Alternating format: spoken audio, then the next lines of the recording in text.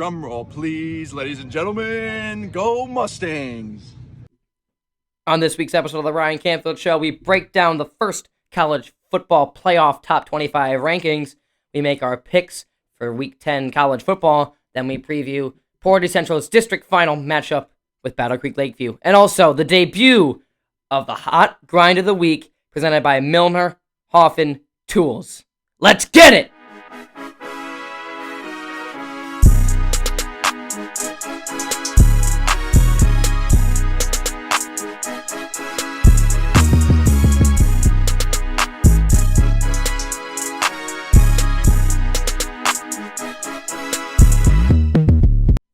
All right, welcome to episode 4 of the Ryan Canfield Show. I'm Ryan Canfield, joined by my co-host as always, Drew Lawler. Drew, how we doing? Doing great. First show at nighttime so far. Yep. It's 11 o'clock Eastern time in the studio. So, still wide awake and ready to roll, Ryan. Yeah, it's ready to roll. I had a double-double before we went to Maction. We just went to the Western Central game. It was a pretty fun experience, I'm not going to lie. First time at Maction since the RTB days. Drew, what'd you think about that game? I mean, Tim Lester, hot seat? Western up 14-0. They looked pretty good at the beginning. And then Central Michigan, especially with their star special teams guys. Khalil Pimpleton, who I love. Great name. Pimpleton, 2 kick returns / punt returns for a touchdown. And made a nice catch in the end zone. He had a great game. He was even trending on Twitter tonight, the Central Michigan guy. So that was pretty cool to watch. Good win for Shark Boy. All right, so we want to first start off with a reaction to the top 25 rankings.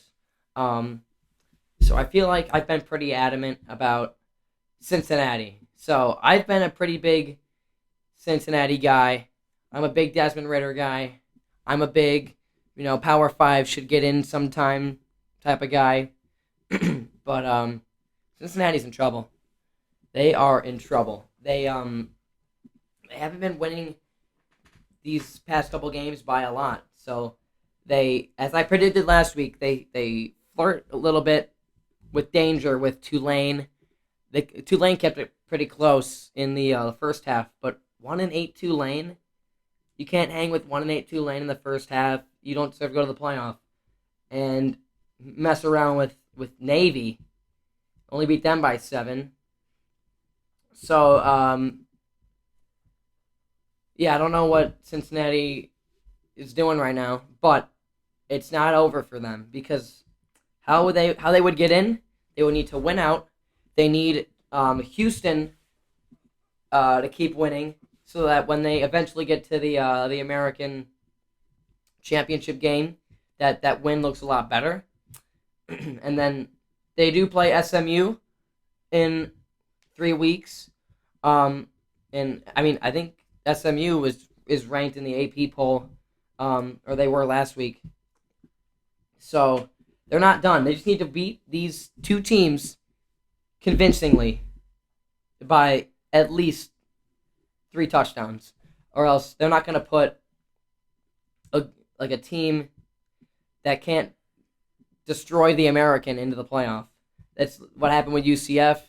So UCF's greatness just ran out. Drew, what are your thoughts on Cincinnati? I don't think they're dead. There's a lot of disrespect going their way, but they are the highest Group of 5 team ever ranked in the top 25 in the college football playoff, which that counts the end of the season. So the teams that were undefeated at the end of the season never got to the level Cincinnati was at. And being at 6, they still have a chance at making the playoff. Much better than the other teams in the past. If they went out and some of the teams above them lose, could they get hot by another team? Very possible, this committee. But, I think they still got a chance of making it. Definitely. So, should be interesting. Their wins just need to age well. I don't think the Indiana win will age well because I think Indiana loses to Michigan. I think they lose to Purdue. But Notre Dame, their Notre Dame win can age really well if Notre Dame just wins out. Maybe Notre Dame will end up in the playoff if they both win out. I don't think Notre Dame should go to the playoff, but I think Cincinnati their chances can get a lot better. Just if Desmond Ridder plays a lot better, Jerome Ford plays a lot better, and their wins just keep aging. Also, in order to get in, they need a 2-loss Big Ten and Big 12 champion. They just need whatever winner of those 2 conferences to have 2 losses. So like Oklahoma, Oklahoma State, Ohio State, Michigan, and Baylor are all eliminated from the playoff if they have 2 losses. And now, which we'll get into in a second with Wake Forest. If all those teams have 2 losses, can an undefeated Wake Forest get in? I don't think so. But we'll get to Wake Forest in just a second. And then they need Oregon to lose one more time because, that's another 2-loss team. But I think Oregon's smooth sailing, and I think their Ohio State win will just get better and better because that's the best win in the country right now. I'm not saying that it'll die later in the season, but Oregon just needs to keep winning for them to get in. So now let's get on to Wake Forest. I don't think that Wake Forest wins the ACC. As I said last week, after Pitt let me down, lost to Miami, proving once again that Manny Diaz is the right guy. So my takes have been a little shaky the last week, but Wake Forest, Sam Hartman, I think that's his name, their quarterback, he's been playing pretty well, but they're barely squeaking by teams as well. Only a 3-point win at Syracuse, and then a 3-point win at home against Louisville. I don't think Wake Forest's chances are that good. But however, I heard this earlier on Unnecessary Roughness. But do their chances increase if they have a Clemson logo where they are, or a Mac Brown caliber coach on their sideline, or a location and culture like Miami? I don't think Wake Forest's chances are any good. But Drew, what are your thoughts on Wake Forest? Wake Forest is not making the playoff. They haven't played anyone. They won't play anyone. I doubt they stay undefeated. Even if they stay undefeated, committee's already said Georgia, Bama, Michigan State, even though they'll probably fall. Ohio State's up there. Oregon, Cincinnati is even above them. They put an undefeated group of 5 over Wake Forest. So they don't really respect them. I really don't either. Again, at Syracuse is probably the hardest opponent they played, and it took an overtime field goal for them to beat them. So, at North Carolina this week, that'll be interesting. It's a non-conference matchup, even though it's an ACC game. But yeah, a little rivalry game happening there. I think UNC wins it, but it'll be a big-time game this Saturday. And I guess we'll see what happens.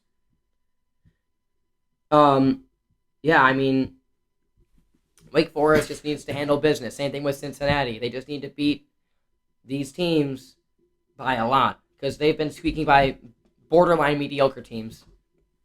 I just said Syracuse. So now another topic that should be discussed. Why is Alabama number 2? They have an loss, which I don't think they lose to A&M if they play in Tuscaloosa, because the 12th man is pretty significant. I'm not gonna lie, as someone who's been in pretty hostile college football sites, but I think Michigan State should be 2, and I don't think any team is on the tier of Georgia. I think Georgia is the national championship. It's all Georgia's world, and everybody else is just living in it. And this is just all about who they play in the playoffs, their path to the national championship. So I think Georgia's a lock. But my one big problem with Alabama is I'm just not the biggest Bryce Young guy. And you can get on me for this take. Hopefully, this doesn't come back to bite me. But I see more of a Blake Sims or a Jake Coker type position that Bryce Young is in this year than like a Tua or a Jalen. So I'm just not the biggest Bryce Young guy. I never thought that he should be in the Heisman race. I think Kenneth Walker has that locked up. So I think the Heisman race is over. Kenneth wins it. But I've just never been the biggest Bryce Young guy. I'm just not getting that vibe from him. Maybe because he's, young. You get it? But is it because Alabama isn't at the top of the SEC? Even without the loss at A&M, they could be undefeated right now and still not be at the top of the SEC. They played with fire against Tennessee, for at least 3 quarters. But if you want to be elite up there with Georgia and have a quarterback in the Heisman race, you got to be up there with Georgia and not mess around with Tennessee. So, as I just said, I think Michigan State should be number 2, but all because they have, I think, the second best win in the country, and they have the best player in the country. And as of right now, Oregon has the best win. And I think if Oregon finishes business, and if the win at Ohio State continues to age well, as in like Ohio State winning the Big Ten, I think Oregon should be a lock. I don't know what seed, but they should be a lock. So now, after just a quick recap, we're going to get into our picks for Week 10. So, Drew, you want to get the slate going?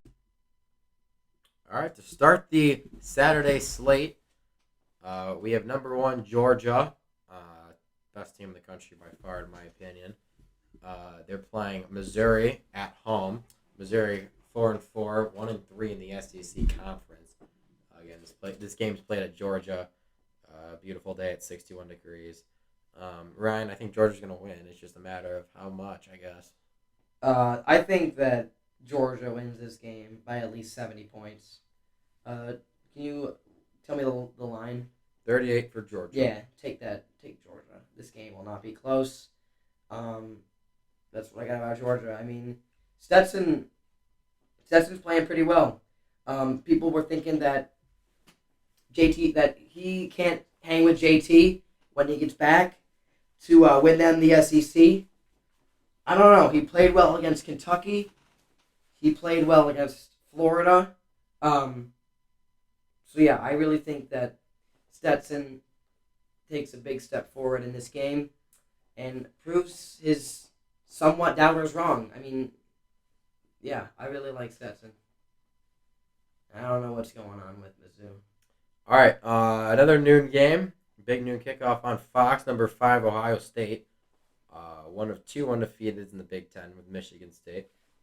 Goes to Memorial Stadium in Lincoln, Nebraska to play Nebraska.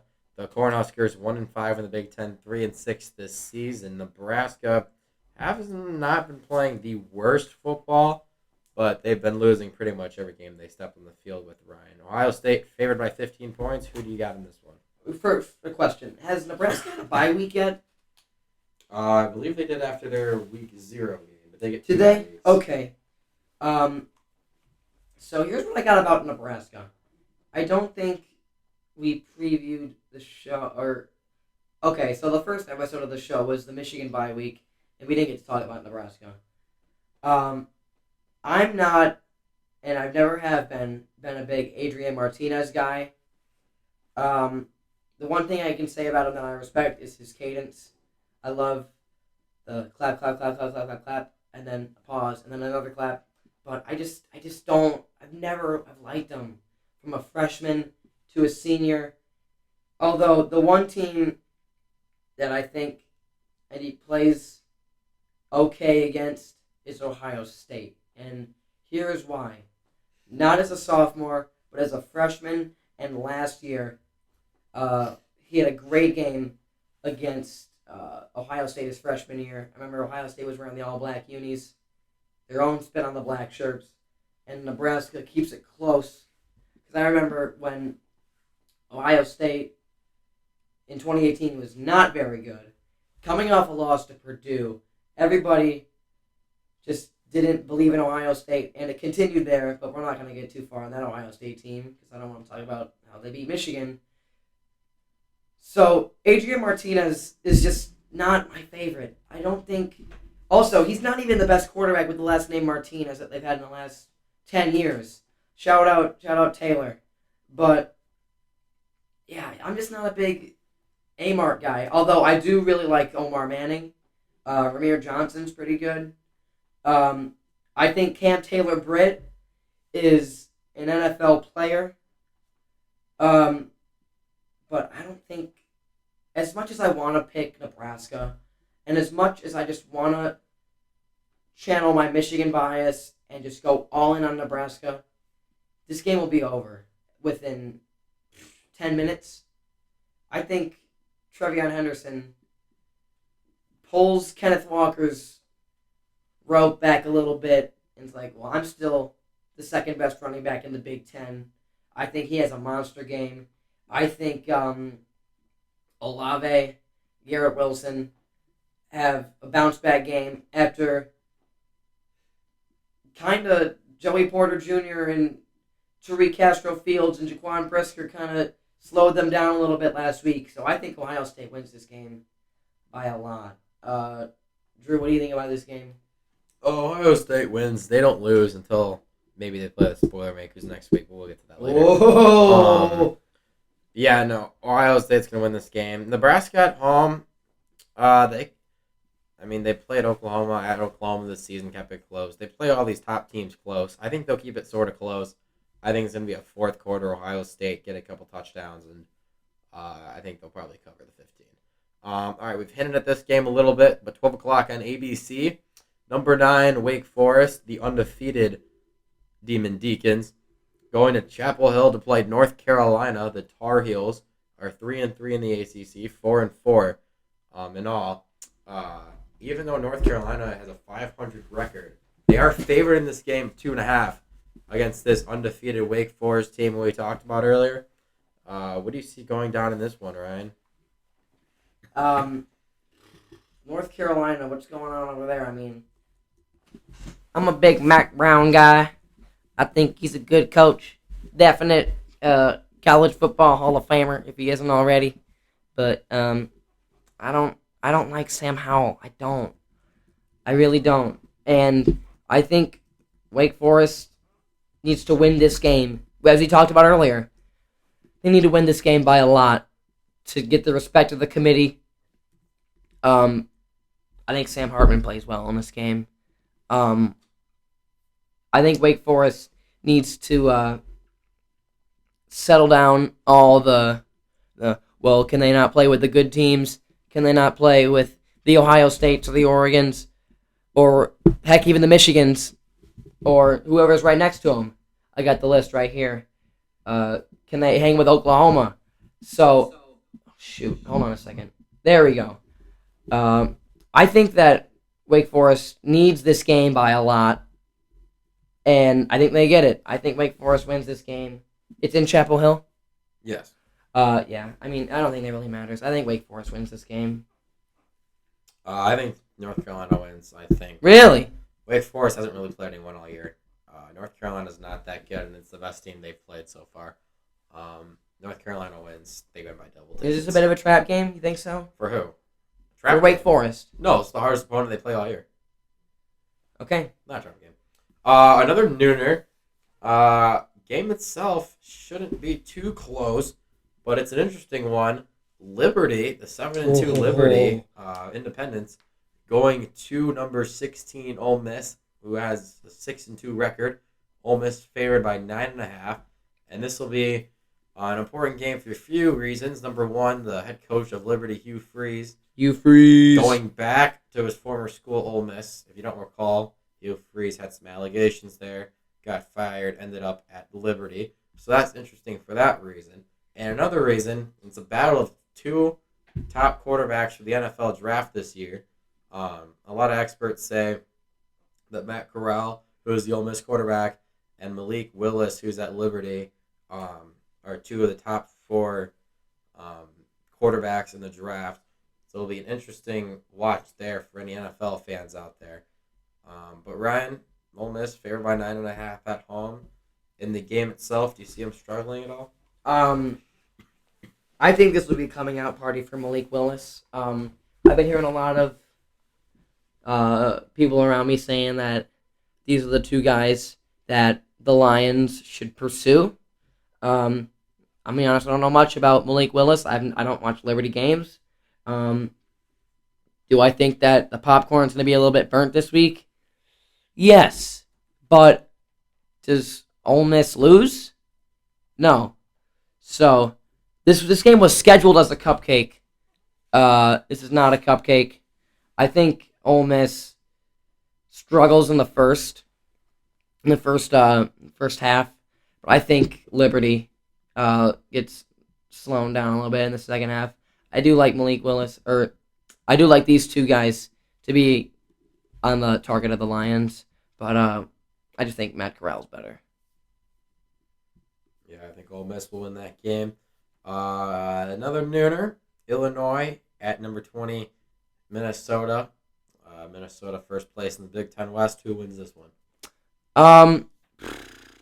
Honestly, who cares about this game? I guess Minnesota because they're number one in the West. Is this coming down to Minnesota and Wisconsin for the Big Ten West? Paul Bunyan's axe. Minnesota's in first, and then Wisconsin, Iowa, and Purdue are all kind of knotted up there for second. All right, easy with Purdue. So, they're knotted up for second. Uh-huh. So yeah, Minnesota's got that one. We can skip through Pitt going to Duke. I love you, Pitt. Duke's not good. Pitt's number 25. Pitt's going to win that game. Kenny Pickett, baby. Starting with a 3:30 slate, the ABC game. Number 3 in the college football playoff rankings. Ryan here thinks they should have been number 2, Michigan State. Again, 1-2 undefeated in the Big Ten with Ohio State. We go on the road to Purdue and West Lafayette to play the Boilermakers. Michigan State, fresh off their Michigan victory last weekend, only a 3-point favorite against the Boilermakers. Ryan, what's happening in this one? I want to keep the bias of this game helps Michigan get to the playoff, but I just don't think it'll happen. I think Kenneth Walker has another monster game. I think State will have a convincing victory over Purdue. I really want Purdue to win this game, but I mean it just won't happen. All right, moving on to the other 3:30 games. College game day, even the game itself is not very good. Tulsa 3-5, going to number 6 Cincinnati, undefeated 4-0 in the American Conference, 8-0 in total. Cincinnati favored by 22.5 points. It's homecoming. It's college game day. Ooh, Ryan, is there any chance of Cincinnati losing this one? First, who's calling this game? Is it Fowler and Herbie? I don't think. It's going to be Anish Shroff and Mike Golick Jr., I believe. Okay, so I think Herbie and Fowler will be in Seattle for Washington, Oregon. Not sure, but we'll get to that. Listen, yeah, we'll get to that. Listen, here's the thing about Tulsa. Tulsa gave Ohio State a test. Can they beat Cincinnati? Yes. I just think all the hype surrounding this team. The theme of game day this week is just going to be how Cincinnati is disrespected. This is all business for Cincinnati. Desmond Ridder was asked to come on to the top 25 show earlier this week, and he declined. So I think Cincinnati's in all full business mode. I think Cincinnati wins this game. But is it out of question for Tulsa to come into Cincinnati and win? No, but I think Cincinnati wins this game.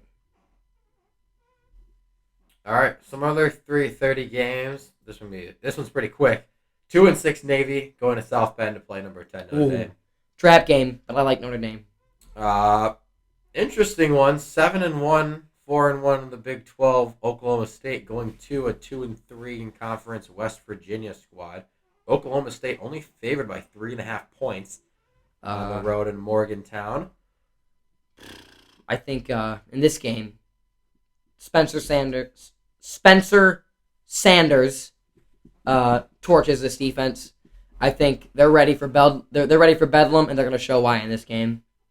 All right, let's go to an all-Texas matchup. Number 12 Baylor 7-1 in this season, going to TCU in Fort Worth. TCU just parted ways with Gary Anderson this week. Gary Patterson. Sorry about that. This week, kind of built the program up pretty much by himself. Jerry Kill, former Minnesota interim coach, will take over for the rest of the season. Gary Patterson is still in the facility helping the coaches out, so he's taking it okay. But again, it's a Texas matchup, a little bit of a rivalry here. Baylor favored by 6.5. 3:30 on Fox. Ryan, who's winning in Fort Worth this weekend? Is it Baylor and TCU? First of all, what are we gonna call Fort Worth now? Is it Jerry Worth or Fort Jerry? Because Jerry's soda. But yeah, I think who's Baylor? Dave Aranda keeps rolling. All right, and the last big game in the window. Number 13 Auburn, number 14 Texas A&M. Both teams 6-2 in the season. This game's at Kyle Field in College Station, Texas. Texas A&M favored by 4.5. What's going on in this one, Ryan? A&M and Auburn. I think Bo Nix has been this second half of the season. Bo Nix has been tremendous. I think that the 12th man could play a little bit into this game. This game could go either way.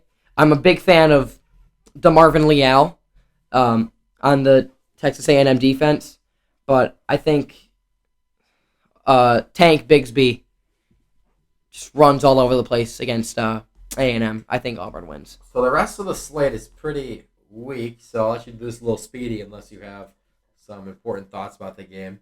Number 15 BYU hosts 1-7 Idaho State. BYU next. Wisconsin 5-3 in this season. Number 21 goes to Piscataway and plays Rutgers at 3:30. Possible trap game here. I think Shiano keeps chopping away. I think Rutgers wins this game. I'm not a big fan of Wisconsin's offense. I don't like Graham Mertz. I don't like him at all. So I think Rutgers wins this game. All right, we got Mississippi. I'm a big Noah Vedral guy as well. He's one of the better quarterbacks in the Big Ten. All right, we got number 17 Mississippi State as underdogs going to Arkansas to play the Razorbacks. Arkansas looked decent. Now 1-3 in the SEC with their lone win coming against Texas A&M in Jerry's World. Arkansas is favored in this one. Mississippi is the ranked team coming in. Who's winning in the beautiful state of Arkansas this weekend? I really like Sam Pittman. I think he's done a good job rebounding Arkansas, but I don't think that could they get a winning record this season? I don't know. I don't think they win this game though.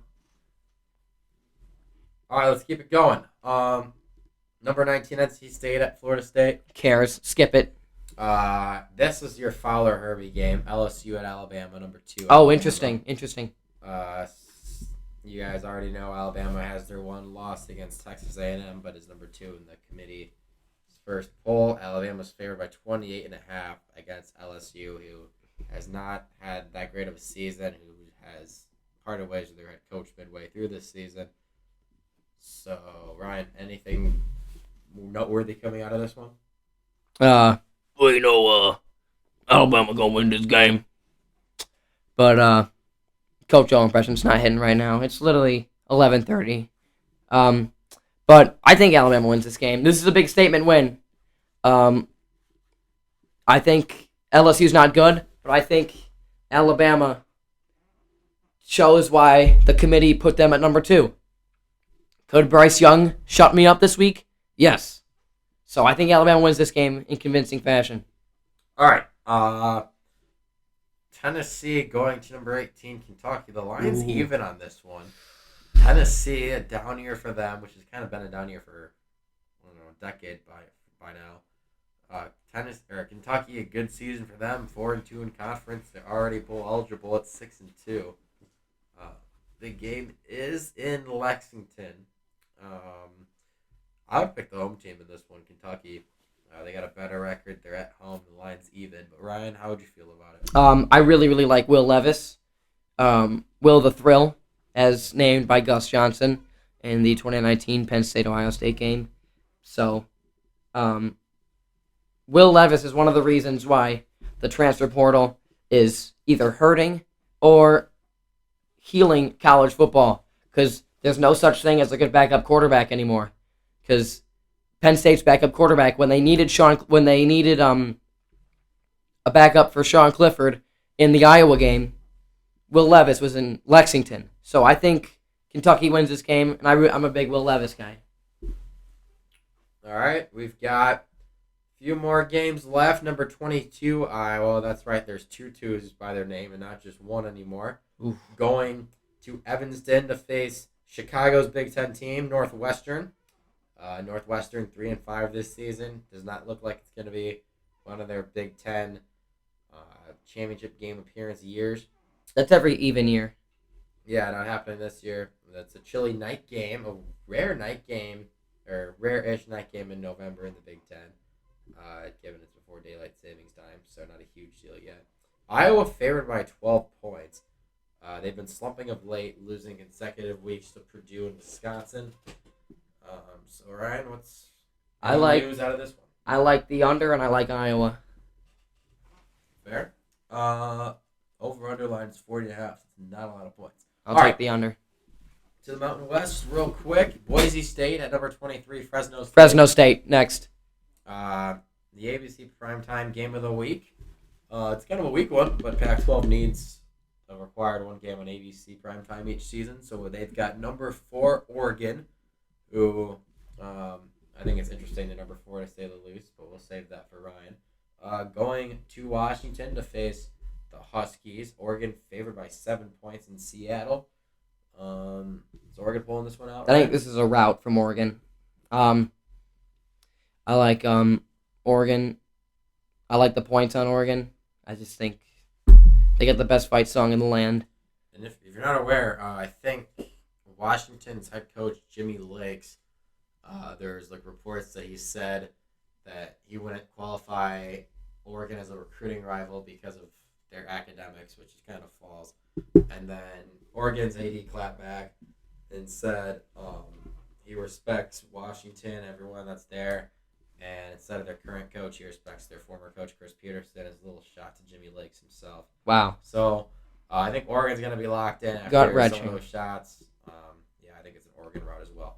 All right, another 7:30 game. Oof. The Hoosiers of Indiana, rough season for them. Their lone FBS win against Western Kentucky in a close one. They're 0-5 in the Big Ten Conference this year. Going to the Big House in a night game in Ann Arbor with number 7 Michigan.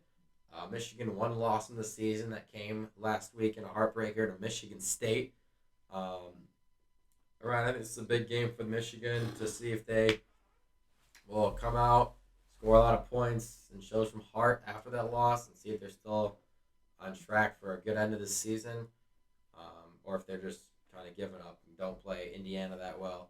So, Ryan, which Michigan will we see on Saturday? Two things. I am not a fan of Indiana's offense.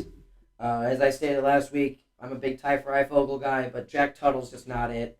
I think Michigan's defense makes a statement. They bounce back from a whooping unknown to mankind from Kenneth Walker.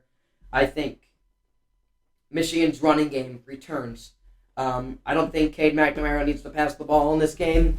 If Michigan's running backs can get past Micah McFadden, that's really the game. I don't think they need to test the backs of Indiana, as I have tremendous respect for Tywan Mullen.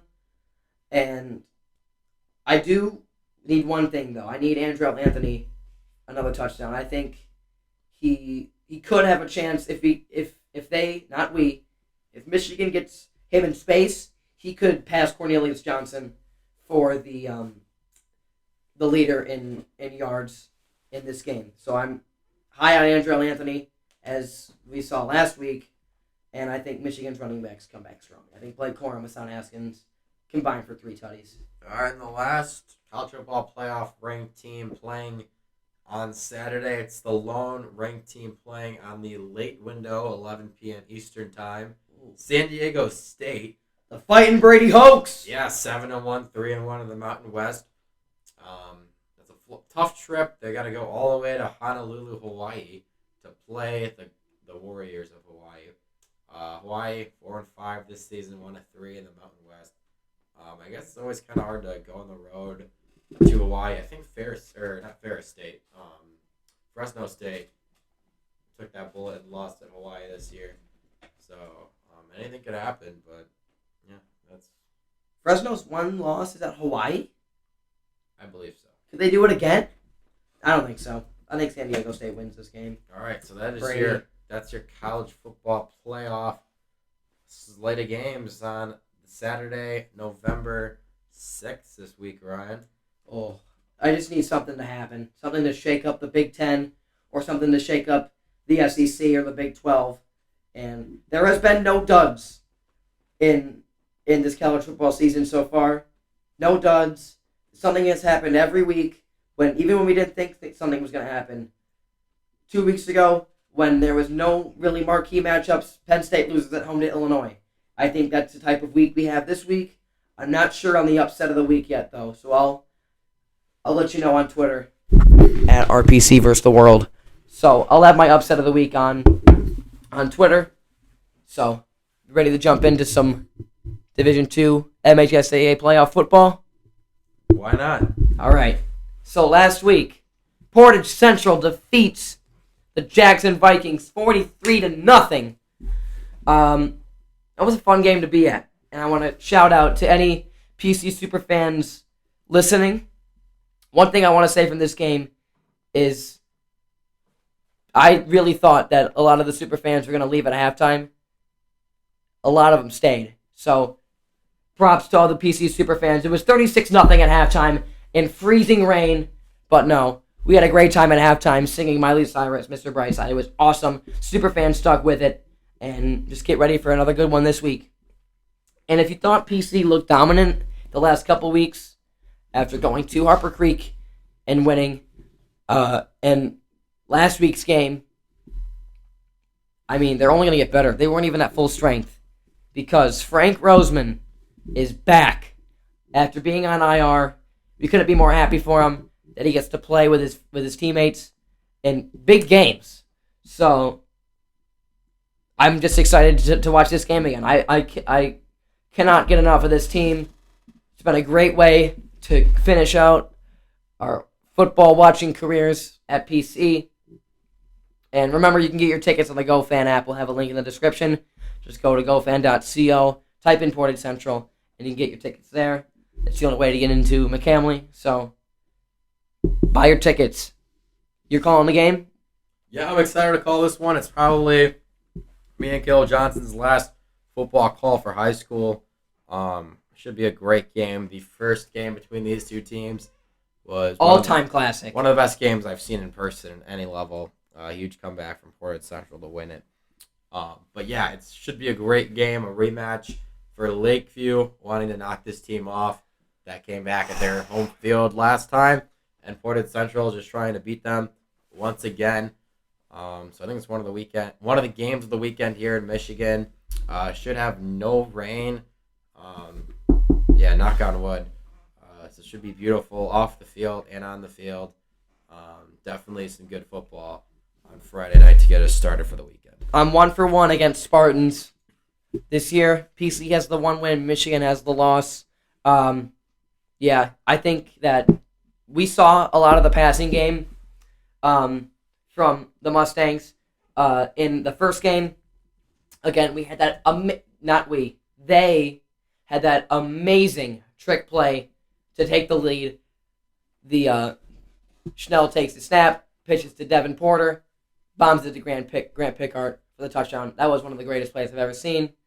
Hopefully they get more of that. We get to see more of that, and just ready to have fun. It's been a fun season, and hopefully that they can continue it. You know, Drew, turning the page on the COVID year and just stepping into stadiums and sitting back on the couch and watching college football. There's nothing more satisfying than that, would you say? All that's so good, Ryan. I love watching my football, whether that's college football or NFL football. I love watching it. It is super satisfying. But that's not the most satisfying thing that I think there is right now. What? What is it? Ryan, there's nothing more satisfying than grinding and drilling. And when I say that, I mean grinding and drilling with the premium top-of-the-line Millner-Haufen grinding wheels and drill bits. Oh, of course! Yeah, that's right. Today's show is sponsored by Millner-Haufen Tools. Not only does Millner-Haufen have the best grinding and drilling products on the market, but they know that their products will not let you down when working on a project. They also have the best customer service around. And on top of all of that, Millner-Haufen grinding wheels and drill bits come with a lifetime warranty. That is right, a lifetime warranty. That's why Millner-Haufen is the best choice for craftsmen from the shop class to the pit crew. Ryan and I won't use another grinding wheel or drill bit, and neither should you. Go to www.millnertools.com, that's MILLNER tools.com, to choose from a wide selection of wheels and bits. And as a bonus, listeners of the Ryan Canfield Show get 20% off their purchase by using code RYAN20 at checkout. That is RYAN20 at checkout. Again, that's MillnerTools.com and code RYAN20 at checkout. All right, ladies and gentlemen, it is time for the debut of the Millner-Haufen Tools Hot Grind of the Week! That is right. So basically what the Hot Grind of the Week is that Drew and I will give our hot takes. It's basically just the written section from the community polls. That is now the Hot Grind of the Week.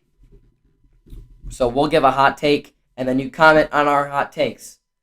So, my first hot grind of the week. Is Kate Cunningham a bust? Yeah, I don't think so, but let's see what everybody else has to say. I still don't think that he's all the way healthy.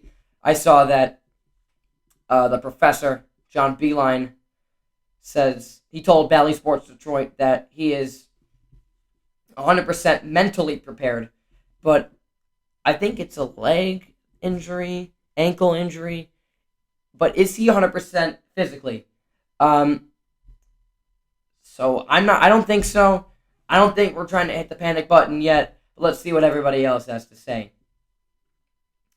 Everybody's saying it's 2 games in, and there shouldn't even be a question. He can't be judged yet. And no one is a bust after 2 games. He just needs some time. And you have one person who says that, yeah, it's time to hit the panic button. His stats are trash, which I agree with, but it's 2 games in. Now, if we want to talk bust from the Pistons, I am not a big Killian Hayes guy, and here is why. Killian Hayes was picked at the 7 spot. A rookie that went to the playoffs last year was taken right behind him, Obi Toppin, who I loved at Dayton. I remember I had Dayton going to the Final Four in 2020. Stupid coronavirus. But that's another rant for another episode. But I love Obi Toppin. He does it all. He's a physical guy. All I've seen from Killian Hayes so far is he's a tall guard that isn't the best shooter. He's injury prone, but he's a really good passer. Another guy that I really like, that I really wanted the Pistons to take, was Tyrese Halliburton. I heard a lot about Tyrese Halliburton at the beginning of the 2020 season when they played Michigan, or when they beat, meaning Iowa State. Played Michigan in the Battle for Atlantis. He played well in that game against Michigan. They lost. They being Iowa State once again. But he just does it all better than Killian Hayes. He's a little bit taller. He's, I believe, a 6'8", maybe plus point guard that just does it a little better than Killian Hayes. He does it all. Killian Hayes is not the best shooter, as I just said. Tyrese Halliburton can shoot the ball pretty well. So, Cade Cunningham should not be anywhere near the panic button yet. Give him time. I think that he shouldn't be playing as of right now. Give him a couple more weeks. Give that ankle some time to get healthy. But if we're talking busts, Killian Hayes has to be up there. He's got to be up there. And I'm sorry to hit the panic button. We're like at least 5 games into year 2.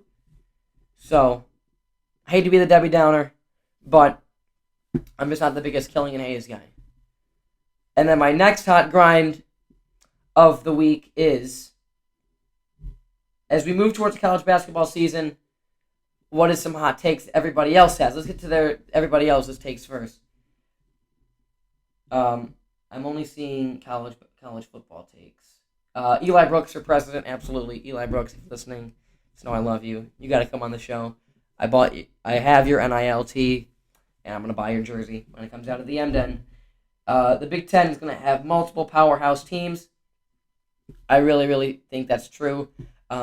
Illinois, Ohio State. Ooh, I'm not the highest on, but I mean, they're pretty good. I think E.J. Liddell he can't hang with Hunter Dickinson, but he can body everybody else, not named Kofi Coburn. And some teams that I think take a step back. Well, of course, Michigan is up there. I think Iowa takes a step back. I think Wisconsin, if they haven't already, took a step back. Even though Wisconsin sent Roy Williams home, they basically retired him. I think Nebraska is a team to watch. Nebraska has a lot of transfers coming in, and Bryce McGowens, and I think they have another guy named McGowens, Trey McGowens. I'm pretty sure. I could be wrong on that, but Fred Hoiberg, this could be his team that he makes it to March with. So another take, Michigan goes to the Elite Eight or better. This Michigan team with the highly touted recruits, the depth that they already have, its national championship appearance or bust. I think Jawan is exceeded expectations. A player that I think takes a huge step forward this year is Terrence Williams. I really like T-Will. And maybe seal up as Zeb Jackson. We'll have a lot more college basketball stuff coming on the way. But my second hot grind of the week is, after seeing their first scrimmage and seeing their roster, this has to be Gonzaga's year, or else it'll never get done. Listen, Chet Holmgren, one of the insane prospects we've seen in the last couple years. He's a giant. He can shoot. He plays well in the post. He's a good passer. He does it all. And then you got Andrew Nemhard coming back. And you got Drew Timme, who I don't think is important for his talent. I think he's like a top 25 player, but he's just experienced, and that mustache, man, oh my goodness, it's amazing. So I think natty or bust for Mark Few, or else it'll never happen. So those are my hot grinds of the week, presented by Millner-Haufen Tools. Again, 20% off your purchase at Millner-Haufen, or at www.millnertools.com. We'll have a link in the description. Thank you to Millner-Haufen for sponsoring. I got my Millner-Haufen gear on. Got my Millner-Haufen hat on. I want to thank Millner-Haufen one more time. Thanks for sponsoring. And that's going to wrap it up for episode 4. Really appreciate everybody for listening. It does really mean a lot to me and Drew. That's going to do it for episode 4. Peace out.